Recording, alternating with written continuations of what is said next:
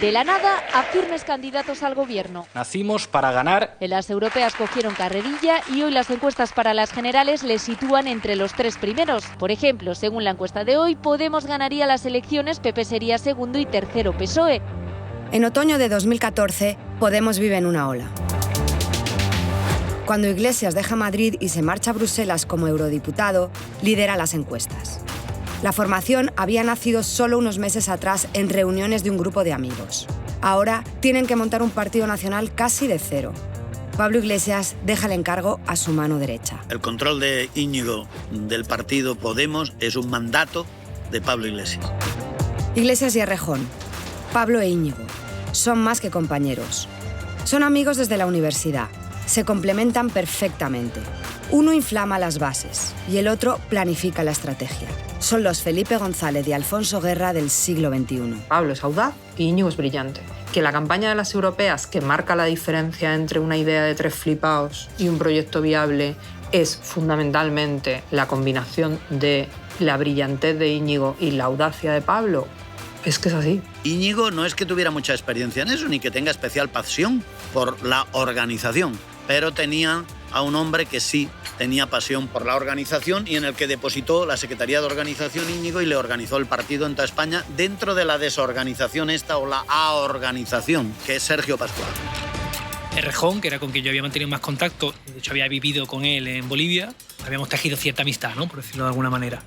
Errejón me llama y me dice, tío, tienes que venirte porque esto va en serio, ¿no? Y a las 2 semanas yo había hecho mis maletas, había cerrado cuentas y deshecho mi vida, vendido un coche que tenía y me vine para acá. Yo en ese momento no veo a Pablo porque Pablo estaba en Bruselas, gana el acta de eurodiputado, a currar a Bruselas y aquí, digamos, sigue la dinámica de construcción del partido. Iglesias y Errejón son aparentemente inseparables cuando el partido organiza una primera asamblea. Se celebra en Vistalegre, un pabellón en el sur obrero de Madrid que se convierte en un símbolo. En ese momento, Iglesias y Errejón intentan evitar que los anticapitalistas controlen el partido. Son ellos los que han puesto la red sobre la que se construyó la primera campaña.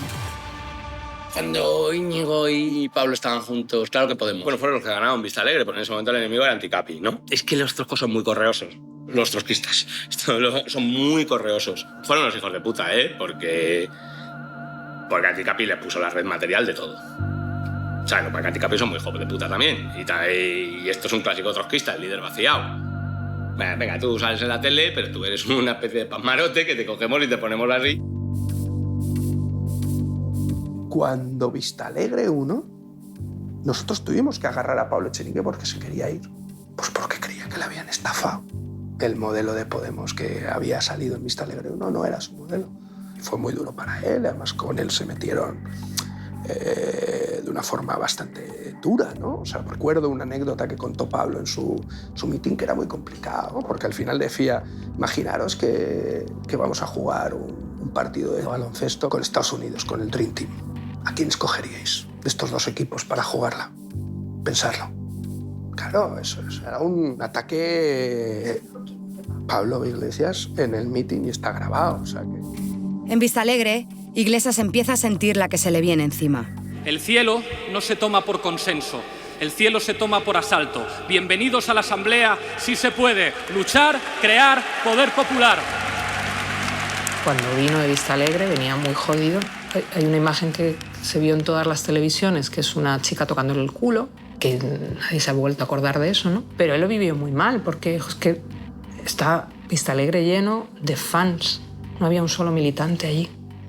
Entonces, claro, cuando tú sabes que tienes que montar un partido y llegar a unas elecciones, has militado en otro tiempo y sabes lo que implica ciertas cosas, has militado en partidos y en movimientos, y sabes que los que te están siguiendo solo flipan con tu coleta, por resumirlo muy tontamente, ¿no? Sabes que vas a tener muchos problemas y que te va a costar mucho.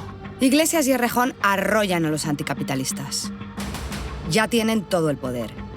Constituyeron, después de Vistalegre, una ejecutiva que tú repasas los nombres y son de un nivel político que ninguna ejecutiva de este país, de ningún partido, jamás ha tenido nunca. Y era una oportunidad. O sea, Bustin Dui, Carolina, que nadie se acuerda, Gemma Uparsarts es una teórica del bienestar social de primer nivel. Luis, o sea, AUXI. O sea, que tú miras la primera ejecutiva, ningún partido jamás ha tenido ese nivel político en su ejecutiva. Yo al primer Consejo Ciudadano que fui iba acojonado, me daba apuro hablar, porque había un nivelón que te cagas. O sea, había intervenciones de tomar notas, de coger apuntes, era flipante. Yo recuerdo a Carolina Descansa haciendo un análisis de las tendencias de las encuestas, tal, no sé qué. Carolina había sido mi profesora de metodología en la Facul y yo ya sabía que era buenísima, pero era un flipe. Bustinduy, recuerdo intervenciones brillantísimas de Bustinduy en los Consejos Ciudadanos. Por supuesto Pablo Íñigo, por supuesto Jorge Lago, Germán Cano. Había un nivelón que daba respeto pedir la palabra. Pero se van a enfrentar a un problema endiablado. Tienen que crear un partido de la nada a la vez que España afronta un ciclo electoral sin precedentes.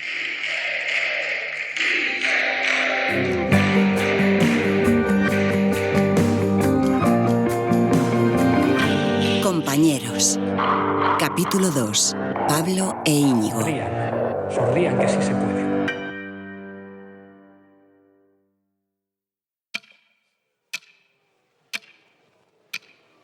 Año 2015.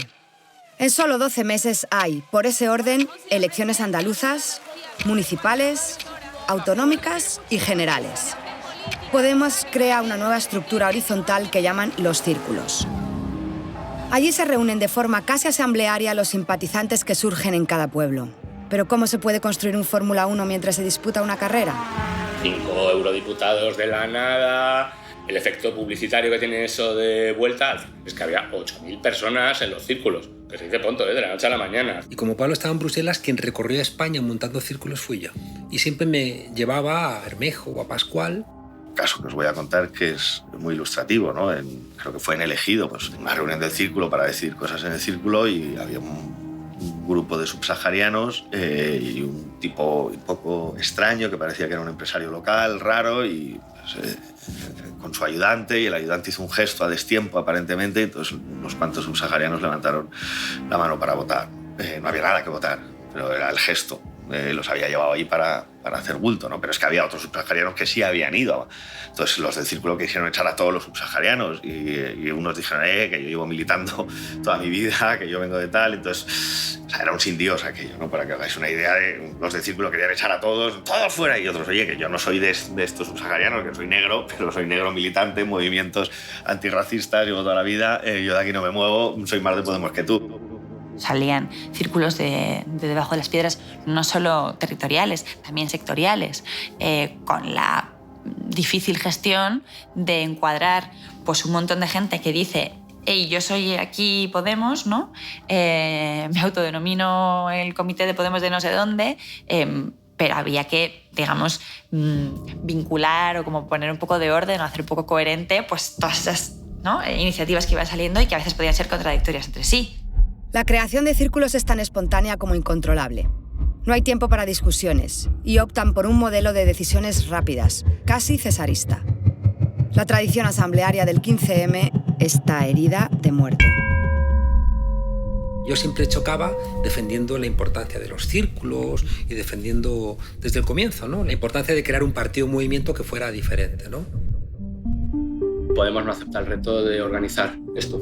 Se blinda en un consejo directivo, al margen a los círculos le da un papel consultivo, si acaso, como Chávez, ¿no? Cuando decía, todo va a votar contra el imperialismo.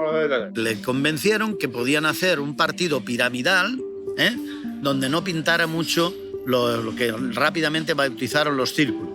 Pasamos en un mes de ser un movimiento popular sin prácticamente ningún tipo de jerarquías, a tener el partido con más secretarios generales de la historia. Para tener esa maquinaria de guerra electoral totalmente vertical, es que casi cada pueblo tenga un secretario general, para que el secretario general en jefe pueda coger el teléfono y llamar al orden a sus diferentes secretarios generales. Nosotros todos participamos en la creación de una organización que era extraordinariamente jerárquica y, más que jerárquica, presidencialista.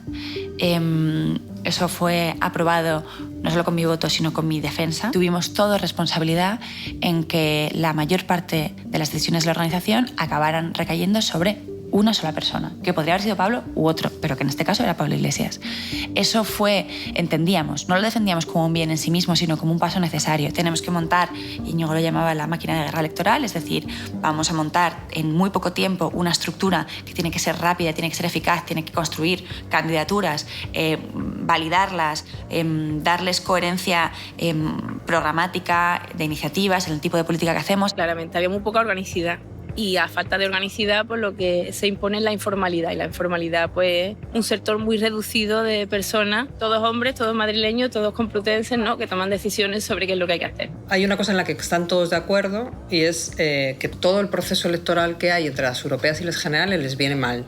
Todo les viene mal. Y todo lo que demanda la gente que se les ha ido acercando desde las europeas y el tiempo que va a mediar hasta las generales les viene mal. Están de acuerdo en que hay que crear una especie de tanque que sea capaz de avanzar hasta las generales arrasando a quien sea. O sea, tanque en este concepto. Pero claro, ¿cuál es el problema de un tanque? Que un tanque funciona muy bien si los que están dentro del tanque, cada uno hace su función para que el tanque vaya donde tiene que ir. Si los que están dentro del tanque empiezan a darse de puñetazos, pues eso, el tanque no va, falta el oxígeno, hay que abrir la puerta, te atacan desde fuera, todo mal, ¿no? Se produce el primer gran debate. ¿Qué hacer con las elecciones municipales?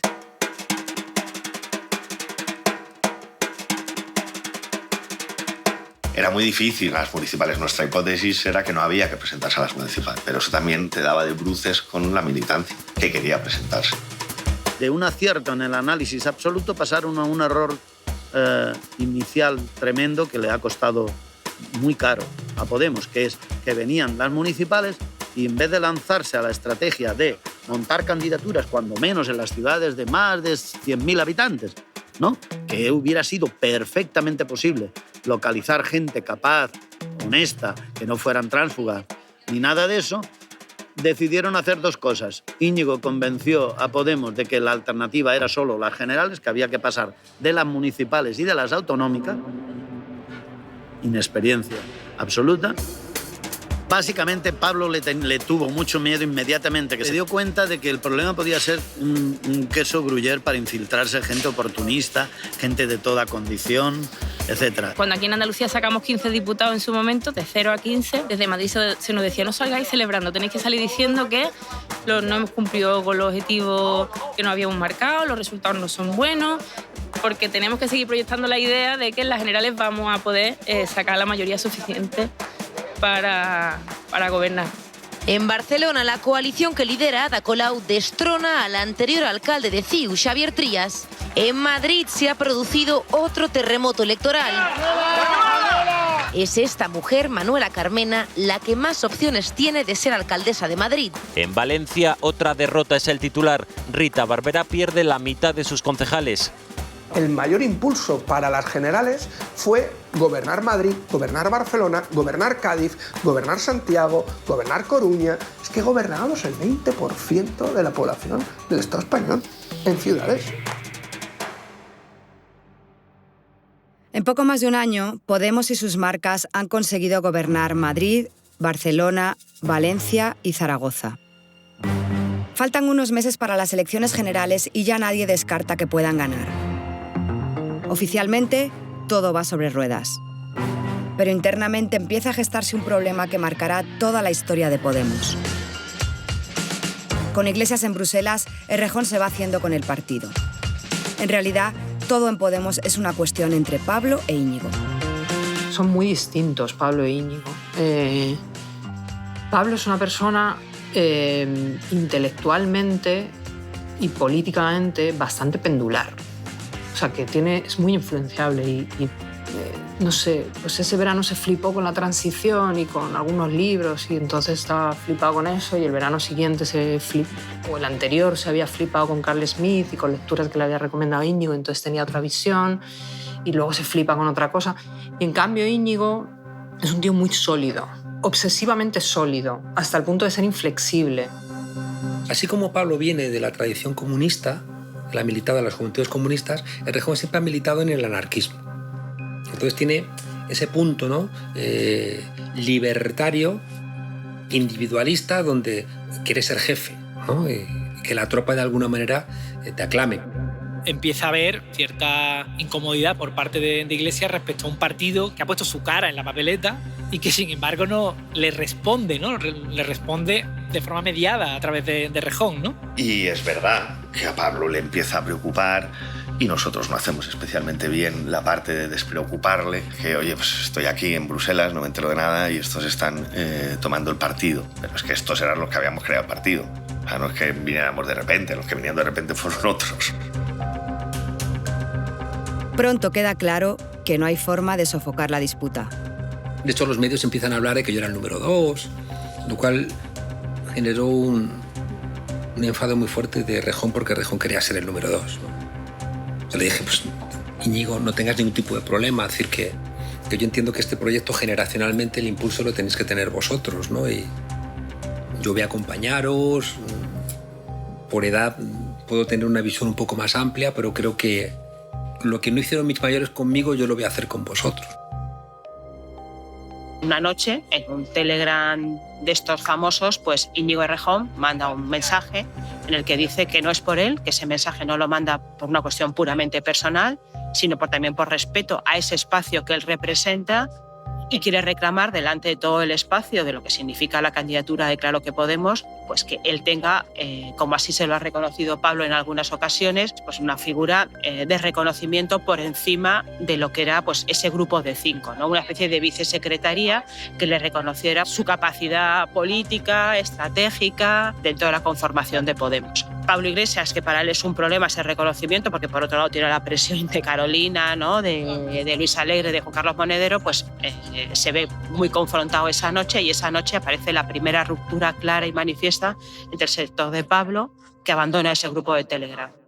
Cuando Errejón planteó que quería ser el número 2, recuerdo que me llamó Pablo, Juan, que ¿quieres ser el número 2? Y dije, pues que lo sea, no hay ningún tipo de problema, ¿no? Bueno, pero es que quiere que sea algo formal, que te llame, atiéndele. Digo, pues claro, que me llame, sin problema, ¿no? Ya ves tú. Entonces me llamó Errejón que quería ser el número 2 y dije, Íñigo, sin problema. Ya, pero es que dije, salgo yo y digo que tú eres el número 2. No, pero es que no quiero que me nombréis vosotros, ¿no?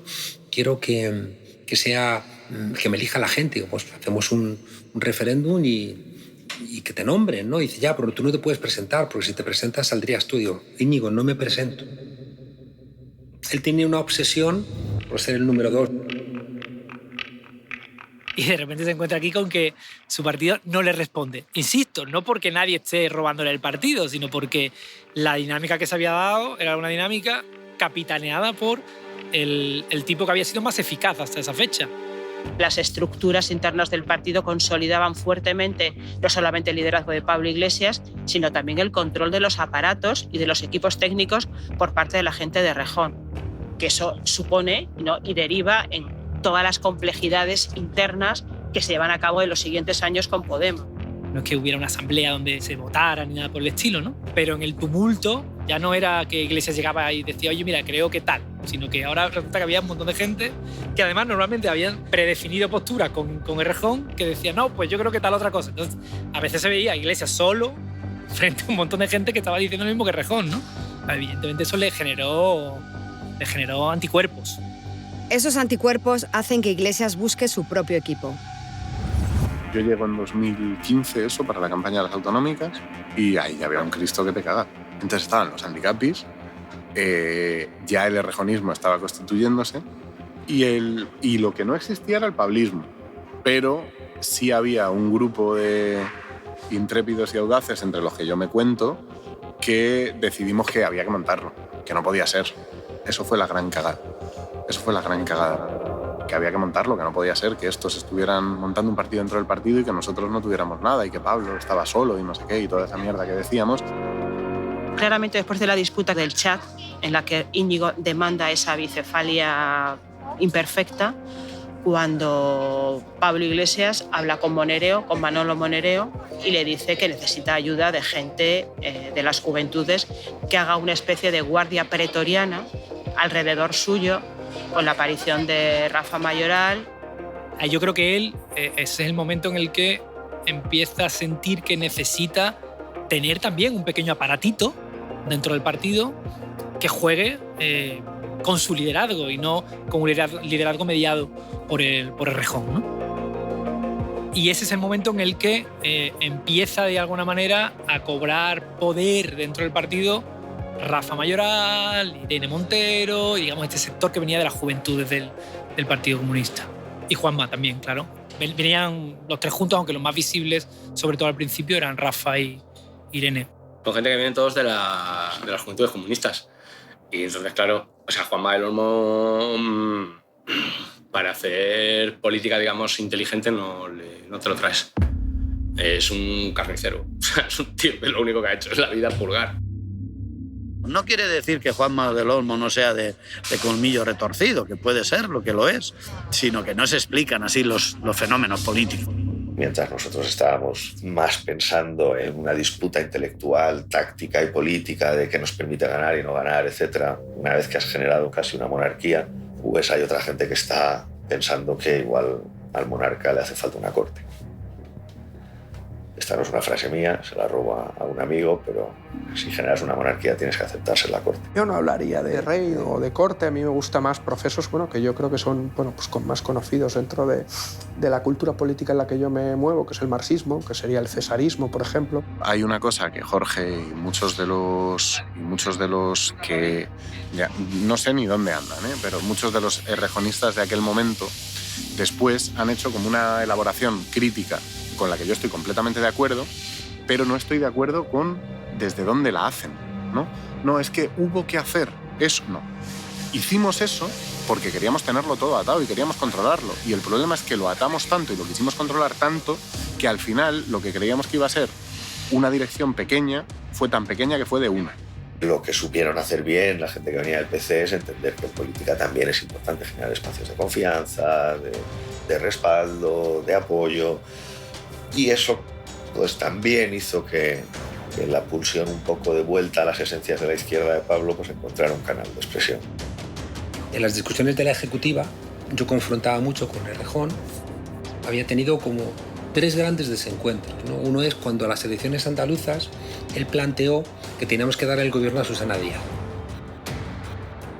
Yo le decía, si la primera decisión que toma Podemos como partido es darle el gobierno al PSOE más corrupto, que es el de Andalucía, desaparecemos como partido. Y en su lectura era que hacer ese gesto nos daba, de alguna manera, credibilidad como un partido de Estado, ¿no? Y yo le decía, no, eso está en tu cabeza, lo que va a leer la gente es que somos pues eso, un bastón para apuntalar el PSOE más corrupto. La segunda discusión tuvo que ver con que él planteaba que había que romper con Venezuela, decía como habíamos roto con ETA. Yo le decía, a ver, es que no compares, Íñigo. Toda la guerra era soterrada. Todas las discusiones eran soterradas. Era como si no existiera la discusión, pero todo el mundo sabiendo que existía la discusión. Eso fue lo que en realidad pudrió todo.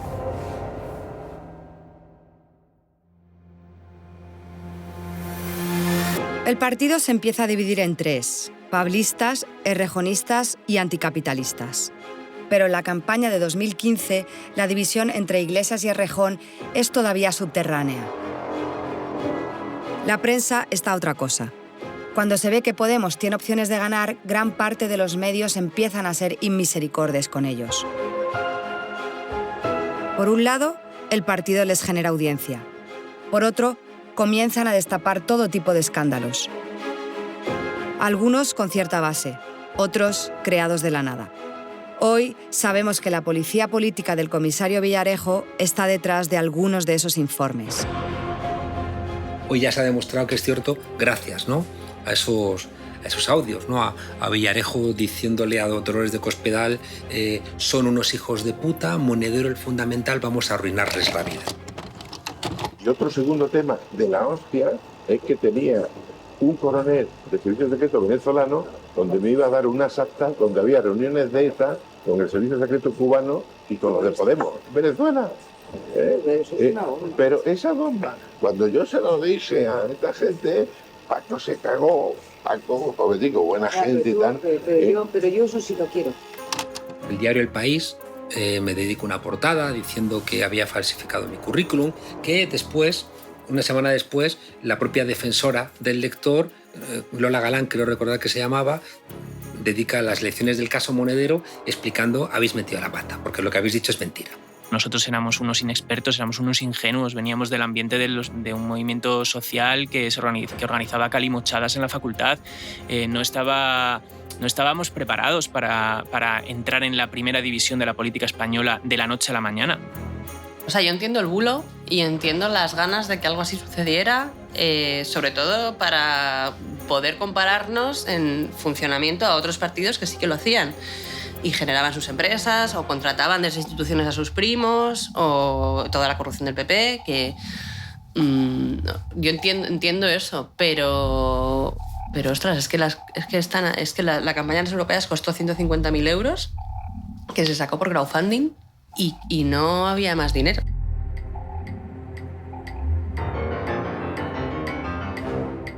Era completamente, o sea, era irreal. Y luego conoces sobre todo y fundamentalmente con qué medios se lleva a cabo la campaña de las europeas. La mayoría de las veces era Pablo Iglesias encima de un cartón de fruta. Se hizo con una furgoneta que se compró de segunda mano en unas circunstancias realmente cutres. Siempre se habla del dinero de Venezuela, yo no lo vi. Venezuela ni Albacete, o sea, asegurar que estábamos ahí, no vimos eso, porque no estaba. Se hizo una campaña con poquísimos recursos, aprovechando el tirón mediático de Pablo y una capacidad ingente de trabajo de la gente. La media pasta de Venezuela, a Monedero le pagaron dinero, pero en Podemos nunca he visto un duro de Venezuela, porque yo, que era uno de los que gestionaba la campaña y tal, te puedo asegurar que dormíamos en hoteles de mala muerte, vivíamos de crowdfundings míseros. Me he reunido con amigos con pasta para decir, tío, haz una donación de 1.000 pavos, de 2.000. Si hubiésemos tenido pasta de Venezuela, alguno estaría muerto ahora mismo de la hostia que lo mataba por haberme hecho pasar 1 año y medio de mi vida durmiendo en moteles, pidiendo pasta a todos los amigos, dejándome la mía propia. No. Entonces todo lo que ocurrió es que, bueno, pues dijeron, vamos a arruinarles la vida. Y dijeron, a ver, ¿qué hay por aquí? Ah, Venezuela, un estudio. Pues ya está, ¿no? Venezuela es el mal y ahí, bueno, pues fueron con todo a ver si podían hacer mella. El diario El Mundo publica hoy novedades sobre los ingresos del número 3 de Podemos, Juan Carlos Monedero. Afirma el diario que Monedero recibió 1 millón de euros de Venezuela por unos trabajos que cobró en España a través de una fundación.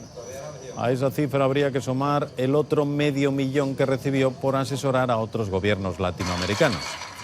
El próximo lunes, la Universidad Complutense, donde trabaja y a quien debería haber comunicado esos encargos, estudiará si le abre un expediente. El $500.000 de pavos del Banco del Alba, Monedero, rueda de prensa en la que empieza a atacar a la prensa, a Francesco Manetto, a Carvajal. Tú has publicado eso. No puedes hacer una rueda de prensa metiéndote con los periodistas. No puedes decir que has cobrado $500.000 de euros. Explícalo. Él hizo todo lo contrario que le habíamos asesorado. Yo había asesorado con los de prensa a Monedero, ¿no? No interpeles, explica, voz tranquila, no señales. Explica, eres asesor, eres profesor de ciencia política, has hecho una asesoría. Yo era partidario de que hubiese dimitido. Decía, hasta que se aclare esto me voy, pero Iglesias dijo que por encima de su cadáver dimitía. Tocan a uno, tocan a todos. Fue la respuesta. No dije, no, tocan a uno, tocan a uno. He comparecido aquí hoy ante todos ustedes para desmontar esta ráfaga de acusaciones. Les vamos a adjuntar, creo que ya lo han hecho, un dossier con información que demuestra que los ataques que he sufrido durante este mes no tenían como búsqueda en absoluto la verdad, sino intentar acabar con un adversario político. El informe y consultoría... Esa rueda de prensa fue el puto desastre y fue el inicio de una progresiva mala relación con los medios, a la vez que los medios se daban cuenta de que atacar a Podemos molaba. Porque en lugar de responder como habíamos respondido hasta entonces, que era con bastante mano izquierda e inteligencia, apareció un energúmeno con chaleco gritándole a los medios, que es justamente lo que genera que la noticia esté viva eternamente. Yo tardo 2 meses en salir a dar explicaciones, porque me dijeron en mi partido, espérate. Y al final le dije a mi partido, ¿salgo a darles explicaciones con vosotros o salgo a darlas solo? Y es cuando Pablo entonces le manda a la ejecutiva que me acompañe a dar la rueda de prensa aquella. Algún diario tituló en portada que el Banco del Alba había pagado a una cuenta personal de Juan Carlos Monedero ese trabajo. Eso es mentira. Tienen ustedes el ingreso, el extracto de la cuenta de Caja de Resistencia, donde directamente el Banco del Alba hizo ese pago. Sería bueno para la democracia en España que fuera rectificada también en portada esa noticia. Quiero dejar también... Y aquella rueda de prensa salió muy bien. De hecho, los primeros titulares fue Monedero da todas las explicaciones. Porque expliqué. Lo que hice en esa rueda de prensa fue enfrentarme a 3 periodistas que yo creo que son cloaqueros. En noviembre de 2015, Podemos está en campaña para unas generales. El objetivo es doble: matar a Izquierda Unida y adelantar al PSOE. En definitiva, convertirse en el líder de la izquierda. Su aspiración es deshacer al PSOE y ser la oposición a Rajoy. Con un gobierno del PP muy inestable, a medio plazo, Iglesias tendría abierta la puerta de Moncloa. Pero la noche electoral... Con el 90,39 escrutado, el Partido Popular ha ganado estas elecciones generales. El Partido Popular es la lista más votada, con un total de 6.510.953 votos y el 28,66%, lo que daría un total de 122 diputados. La segunda fuerza sería el Partido Socialista Obrero Español, con 5.041.183 votos, lo que representa un 22,19% y un total de 91 escaños en el Congreso. Podemos aparece en el escenario político del Congreso con 69 escaños.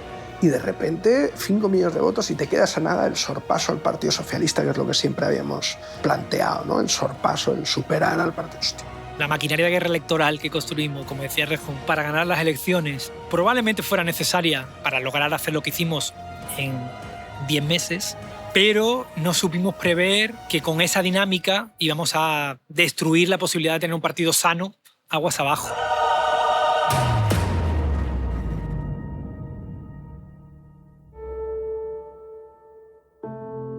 Han aparecido en este capítulo Ramón Luque, histórico de Izquierda Unida que hoy asesora a Yolanda Díaz. El control de Íñigo del partido Podemos es un mandato de Pablo Iglesias. Tania Sánchez, militó en Izquierda Unida, Podemos y Más Madrid, y ha anunciado que deja la política. Entonces, claro, cuando vino de Vistalegre venía muy jodido. Hay una imagen que se vio en todas las televisiones, que es una chica tocándole el culo. Sergio Pascual. Fue diputado y secretario de organización de Podemos. Incomodidad por parte de Iglesias respecto a un partido que ha puesto su cara en la papeleta y que sin embargo no le responde, ¿no? Isidro López, sociólogo. Fue diputado en la Asamblea de Madrid. Fueron los hijos de puta, ¿eh? Porque Anticapi les puso la red material de todo. O sea, porque Anticapi son muy hijos de puta también. Miguel Urbán, cofundador de Podemos y eurodiputado por Anticapitalistas. Pasamos en un mes de ser un movimiento popular sin prácticamente ningún tipo de jerarquías y demás a tener el partido con más secretarios generales de la historia. Ramón Espinar fue portavoz de Podemos en el Senado y dejó la política. O sea, yo al primer Consejo Ciudadano que fui iba acojonado, me daba apuro hablar. Porque había un nivelón que te cagas. Juan Carlos Monedero dejó la ejecutiva del partido y hoy sigue siendo profesor en la Complutense. Y como Pablo estaba en Bruselas, quien recorrió España montando círculos suyos. Jorge Lago, cofundador de Podemos. Dejó el partido y sigue siendo editor. El partido le empieza a preocupar y nosotros no hacemos especialmente bien la parte de despreocupar. Rita Maestre fue portavoz del Ayuntamiento de Madrid y hoy es concejal de Más Madrid. Participamos en la creación de una organización que era extraordinariamente jerárquica y, más que jerárquica, presidencialista. Teresa Rodríguez fue candidata de Podemos por Andalucía, donde hoy lidera su propio partido. Y la informalidad, pues, un sector muy reducido de personas, todos hombres, todos madrileños, todos complutenses, ¿no?, que toman decisiones sobre qué es lo que hay que hacer. Gloria Elizo, vicepresidenta del Congreso. La primera ruptura clara y manifiesta entre el sector de Pablo, que abandona ese grupo de Telegram. Edu Rubiño, diputado de Más Madrid. Veníamos del ambiente de un movimiento social que organizaba calimochadas en la facultad. Sara Bienzobas fue responsable del área de producción y diseño de la primera campaña de Podemos. La campaña en las europeas costó 150.000 euros, que se sacó por crowdfunding y no había más dinero. Tito Morano, diputado autonómico de Podemos. Ni Albacete. O sea, se hizo una campaña con poquísimos recursos.